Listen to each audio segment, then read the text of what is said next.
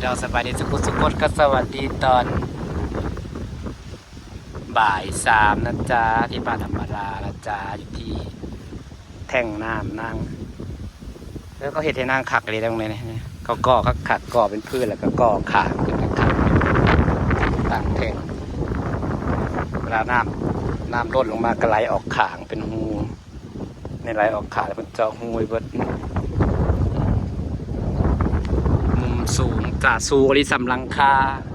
สำน้ำสีแห้งพอแทงน้ำแค่4 เมตร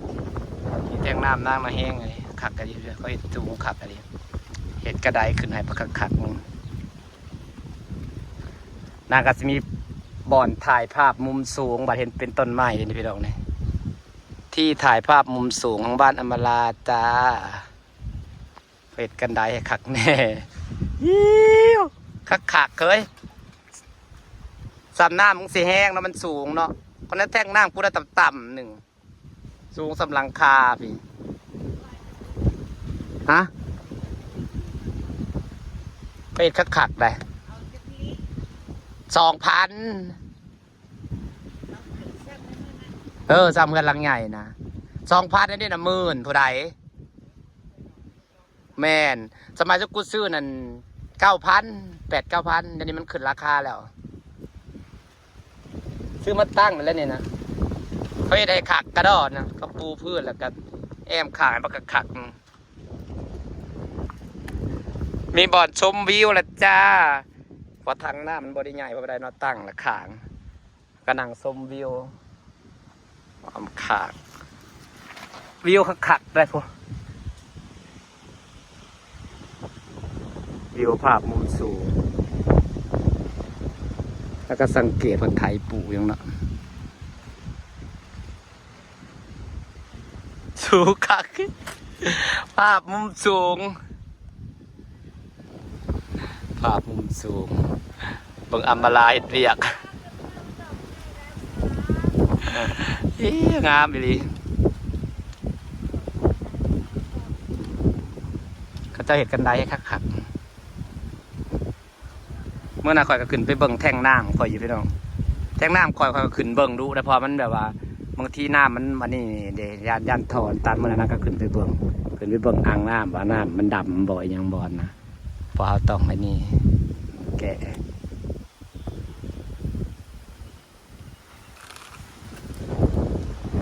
ฝนสิมาทางนี้ขาดกันนี้นะพี่น้องเป็นกระไดขึ้นง่ายเลยอ่ะแล้วก็บอลนี่ก็เป็นบอลนั่งเล่นได้เซอร์ได้นี่อ้อมกับแพงเลยบอดนางเล่นวิว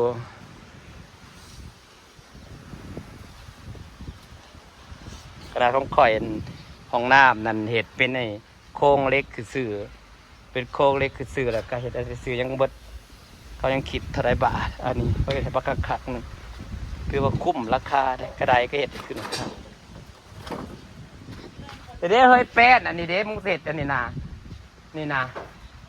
มึงเสร็จสะพานน่ะน้อยแป้นนี่คือเรือบักหลายๆหนึ่ง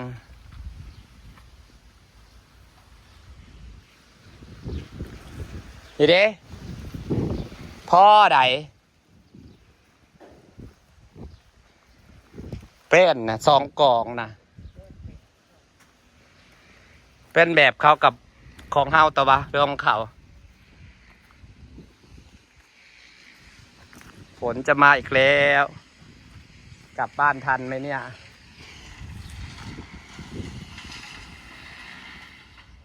ก็เขาห่อขับปุ้นให้อยู่ไม่ได้ห่อเวลาขับปุ้นมานั่งกินเนาะเขาห่อขับปุ้นแต่ถ้าขับปุ้นแล้วก็ห่อมาจ้ะห่อนี่ให้เขาถ้าของฝากเขาดิแวนดีมาเขาขับปุ้นมาให้กินมาให้กินข้าวนะเป็นปลูกเป็นยังไงเป็นไทยเป็นปลูกจะที่มาปลูกทั้งโลกมันเหนือโอ้ยคือปลูกตันทางจะไปที่ปลูกยังบุญฉันมีซีดเบ้านะคะ อันนี้เป็นตาดินของเยบุญฉันเป็นคนเห็ดใบขอบทองฉันเป็นคนเสียเงินนะจ๊ะเนี่ย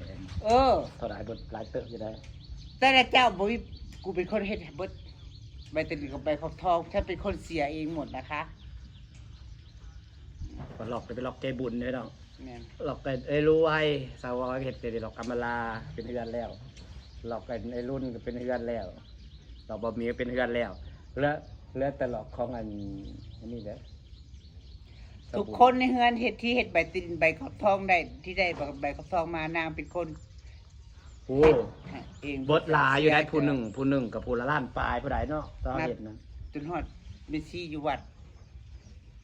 เมสซี่อยู่วัดฉันก็เป็นคนนั้นเฮ็ดให้เบิดตั้งแต่เริ่มมาเฮ็ดเริ่มมาแทกมาวัดแล้วก็เฮ็ดใบขอบทอง ตอนนั้นล้านปลายอยู่ได้เห็ดไปขอบทองเพื่อนเธอก็เสียแล้วความรู้สึกไปเลยได้เลยได้กับเขาเจ้าของ นี่แล้วแล้วกันก็ไม่ได้ทุกมื้อแล้ว ก็เริ่มรู้สึกดีได้ไปแล้วก็ ทุกเทื่อที่ย่างเข้ามาก็รู้สึก มันเป็นของเขาดีอันเด้มันเป็นของเขาเองมันเป็นความรู้สึกดีได้กับมันก็มีการรอคอย คือการรอคอยมือที่สิแล้วอยู่แล้วใจคนทำมันรอคอยมีคันมีเงินอยากให้มันแล้วอื่นมือฮื้อนี่ในใจน่ะอยากเห็นผลสำเร็จเจ้าของอันเด้อีหลีกระซักเขาสิเคาะขอดเห็ดเวลาคนเห็ดเถื่อน แม่ชอบเอื้อมาเฮ็ดจนหายอะไรหาย จนไอ้กระซักสร้างบอกให้มึงขายทองว่าซะเขาเข้าใจความสุขคนอยากเห็นให้มันแล้วคนอยากให้มันแล้ว เขาเข้าใจความรู้สึกเขาเนาะ คนอยากให้มันแล้วนะขึ้นโค้งปันนี่แหละมันแอมกับซ้ำสิแล้วเลยนะมันก็สิแบบใจมันก็สิหมดหมอบัดนี้คือเขาว่าดีแหละเขาว่ากันเลยมีเฮือนจักหน่อยนี่ครับบางทีกับมานอนพี่กินข้าวอยู่พุ่นมานอนพี่แต่อยากคิดมันฮอดมือมันนะฮอดมือมันนะมึงสิไปออกแต่เรื่องสิเห็ดก็เห็ดคิดเองแหละซ้ำเขาอยู่คนเดียวแล้วเราก็แล้วไปสอบเขาจะมาแล้วนะมันจะเป็นแบบนั้นได้ บ่ มันสิบ่อยากไปได้อีลีมันสิบ่อยากสูงซิงอยากไปอยากอยู่เฮือนเจ้าของให้บอกกูแต่ก่อนก็โอ๊ยเขาไปคิดข่าวแล้วเด็กน้อยก็แล้วเขาเห็ดข่าวสุกินแล้วกินแล้วเราก็เขาออกมานอนพี่ไปแล้วเลยไปเห็นเพื่อนแล้วดังเขาบอกไปใกล้เขาซ้ำบางทีเห็ดยังกินแล้วเราก็แล้วเราก็มันขี้ข้านลำไรเดี๋ยวเฮ้ยมันมีส่วนของเจ้าของเองเลยเด้ มันขี้ข้านลำไรแล้วก็อยากอยู่เขาก็แก้แล้วก็ยังก็เห็ดกินแล้วก็แล้วเขาบอกเอื้อเขาก็เก่งไหนเอื้อนเขาลังบักใหญ่นะทีเมื่อวานเขาก็ทมดินบักสูงนึงเอื้อนบอกเอื้อแต่สูงเนาะดินกระทมบักสูงเนาะสูงหักคันเห็ดแล้วเนี่ยสิงามเลื่อนบอกเอื้อไปน้องให้เจ็ดเทินเขาเจ้าก็เก่งได้เก่งอย่างนี้ยังหับก็เก่งสองคนเขาเจ้าสู่ทำกันจนได้เลื่อนลังบักใหญ่จนที่แล้วแล้วเนาะแต่หน้าตาก็ขึ้นอยู่เลื่อนบอกเอื้อก็ได้ มันก็สิมาขึ้นแล้วบ่แม่นบ่ เขาจะขึ้นปีนี้ป่ะ คืออยู่เป็นนี่ก่อนเฮาว่าพวกน้องก็สิลงมาอยู่บ้าน สำหรับเต็งเราอยู่ได้สำนั้นนะ ก็ได้เดี๋ยวแม่ยืนสบายเลยเนาะ อืม ขอเฮ็ดไปขอใส่หน้าตอกหน้า ต ตา อนกระสั้นการหน้าต่างนะใส่สปอร์ตตัวใส่หน้าต่างก้อนกับสิเบิร์ตทำร้ายมันกับมีดอกคอขอดใส่เอากูว่าใส่หน้าต่างแล้วก็เขาอยู่รถแบบนี้นะใส่หน้าต่างเขาอยู่ได้แล้วเพื่อนมันเลยซ้ำแล้ว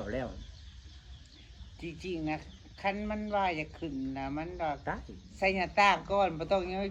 เดี๋ยวเพิ่ม แม่น ไปทมสดินน่ะเอาเงินทมดินมาใส่หน้าต่าง แม่น มันไปทมดินก่อนอย่างก่อน ผมดีมันก็เบิร์ตหลายบาทอยู่ได้โหลดแต่800 เพิ่น20,000ไป พุ่นน่ะพ่อเลยได้ขาดหน้าต่างนะบอกคันว่าผมมี10ผมมี20มีเดียวกับคันว่าน้องเขาจะลงไปอยู่เพื่อนเขากันเขามาอยู่เพื่อนเขากันตีอันนี้ก่อนก็ได้นี่ตีไว้ก่อนทำบ้านได้ใส่ก็ได้ต่างก็อยู่ได้เลยเฮ้ยสมัยก่อนผมแม่เขากับพาอยู่แนวนั้นยังก็อยู่ตูบอยู่ยังแปลว่าเห็ดเฮือนกูน่ะเห็ดตูบย่อเฮือนหลังใหญ่น่ะอยู่ตูบมันสิจะพักกันนอนน่ะนอนเกาะสิยังอยู่ได้เป็นปี2 ปีตัวเฮือนสิแล้วนะ สมัยตะกี้เนาะ พ่อแม่พาอยู่แนวนั้นได้ เพิ่นสิแล้วเงินสิ ประเดี๋ยว แล้ว แอมคนว่าน้อยหนึงแล้วกันสังกะสีตีไว้กระปอกเอียบก็อยู่ได้ยังก็เย็นคือมึงว่าหั่นแหละ เฮือนคืออยู่นะสมมุติที่อยู่เฮือนในน่ะก็เอาบ่ก่อนน่ะบ่ได้มีเงินซื้อบางอย่างก็เอาสังกะสีตีเอาแอ ก็ บ เอา ไว้ นอนหันเด้ตอนกูมาอยู่แรกๆเอานอนก็สังกะสีตีอันแล้ว อืม ฉันนี่มีปอกเอียบเลยใส่กูมานอนในมึงนะ ตะกี้ล่ะสมัย พากันนอนเตียง พากันนอนเตียงแล้วกับพื้นกับพันธุ์ปูเลยเนาะ เออ พื้นขี้ดินอีน้อย อืม พื้นขี้ดินแล้วก็มานอนเตียงแล้วมึงหันเด้ตอนมาถ่ายคลิปใหม่ๆนะพื้นขี้ดินแล้วกับปองเอี่ยมกับตีสักกะสีพื้นจะนี่แหละแต่ว่าเป็นอันเตียงนอนนั่นเด้เขานอนห้องข้างหลังอันเด้ไม่ได้นอนห้องข้างในอีแม่นอนห้องข้างในอันเด้ก็อยู่ได้ บัดมาต่อเติมให้คุณแม่อยู่คุณแม่ก็บ่อยู่ออกมาอยู่น้ำผีจ้ะ สาวแสงอยู่ เฮ็ด แบบ เสี นี้ ยเงินเป็นแสน แซดปลาเจ้าบังเห็ดนะแทงน้ำอีก แต่งหน้า ตกเกาะออกมาอีกเด้แค่กระจกอีกจนว่างามไปน้องกำลังในนักเก็บเบิดหลายเด้งาม จังได้ก็บ่อยู่บ่ได้เฮ็ดแล้ว จะเป็นแต่อยู่ ผู้สิไปยกแท่งน้ำมาเนาะ ไปจะต่อกับ ป่าลูกเป็นหลานแท่งน้ำคนซื้อหายก็แห้งเลย โอ้ยมาเรียนมาหัวพี่น้องแต่ร้านอยู่ได้ดีที่ร้านอยู่มันก็ เขาบอก ได้ดูแลได้ดูแลเงินกับสิบ่เงียบบ่เงากับสิสะอาด ก็พูดเรื่องเก่าๆหลังๆเลย อยากถ่ายคลิปใส่สินไปหาบน้ำไปเลย สมัยตะกี้เฮาเนาะไปหา จากค มึ ลิ ง ป จำได้อยู่ มันมีอยู่มันยังมีอยู่ เนี่ย ไปถ่ายคลิปประจำมือ เอาเขามาขอสางเงินนี่เขามากินอะไรในสางในทงนี่ ให้บ่มีแล้วคนถ่ายบ่อยากได้ว่า FC เก่าเขาสิกลับมาเบิ่งบอกเขาถามถ่ายเขาจะเห็นแล้วว่าที่แต่ก่อนเฮาอาทิตย์หนึงเขาต้องมีเทื่อนึงเขาไปหาบน้ำหั่นนะเขาถ่ายคลิปหาบน้ำสองคนมาใส่เสื้อดำแล้วก็ใส่สิน สมัยตะกี้เนาะ เสื้อดำ ย้อนยุค แต่ก็ถ่ายคลิปน่ะเป็นจริงเป็นจังนะพี่น้อง ต้องเปลี่ยนชุดเปลี่ยนหยังคักแน่ได้แล้วก็ไอ้ใส่เสื้อดำแล้วก็พากันไปหาบน้ำซอง4เอาเด้แต่ละมื้อนะ ตะกี้เนาะ คลิปละ4-5หมื่นวิวเด้อ สมัยช่องบ่มีนะพี่น้องสมัยช่องบ่มีจ้ะ อาริสมาแล้วพอเพื่อนกะไว้แล้วนะฝากบรรยากาศไว้ซับเนจ้าพี่น้องพ่อคัดคลิปหนานะ อาริสมาแล้ว อาริสมาแล้วแต่เราถ่ายอาริส